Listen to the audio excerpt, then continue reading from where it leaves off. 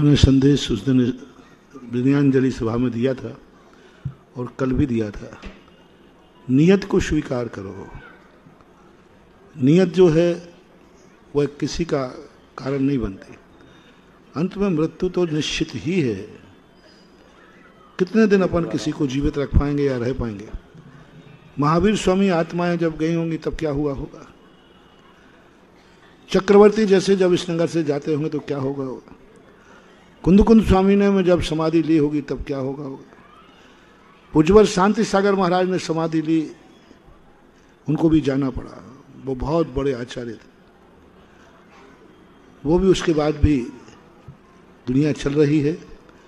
बस इतना ही है, महापुरुष जाते हैं, उनके बाद उनकी जो आदर्शताएं थीं वो आदर्शता कायम हम रख लेते हैं तो कोई डिप्रेशन करने की जरूरत नहीं है।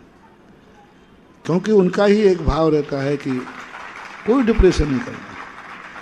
क्योंकि वो भले चले गए, उनके मार्ग तो जीवित हैं, उनके सिद्धांत तो जीवित हैं, उनके उपदेश तो जीवित है।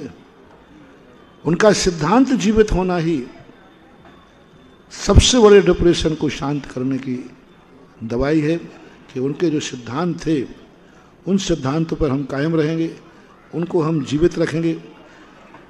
महान आत्मा जावे तो जावे, लेकिन उनके जो सिद्धांत थे वे यदि अपन जीवित रखे हम तो फिर डिप्रेशन में जाने की कोई जरूरत ही नहीं। क्योंकि महान आत्माएं स्वयं जीवित नहीं रहना चाहती हैं। उनका भाव रहता है मेरा सिद्धांत जीवित रहे, मेरी विचारधारा जीवित रहे, मेरी भावना जीवित रहे। यही सबसे महान आत्माओं का उद्देश्य क्या है, उपदेश देना। क्यों बनाए इतने सारे शिष्य पूज्यवर ने, क्यों बनाए इतने भक्त दुनिया के, क्यों इन भक्तों का उनका एक ही उद्देश्य था कि मैं तो एक दिन जाऊंगा लेकिन मेरा विचार, मेरा सिद्धांत इस दुनिया में जीवित रहे।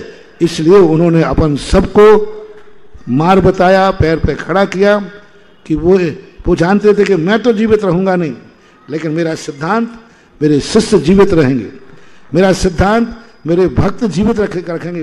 बस उनके सिद्धांत को जीवित रखने का संकल्प कर लो।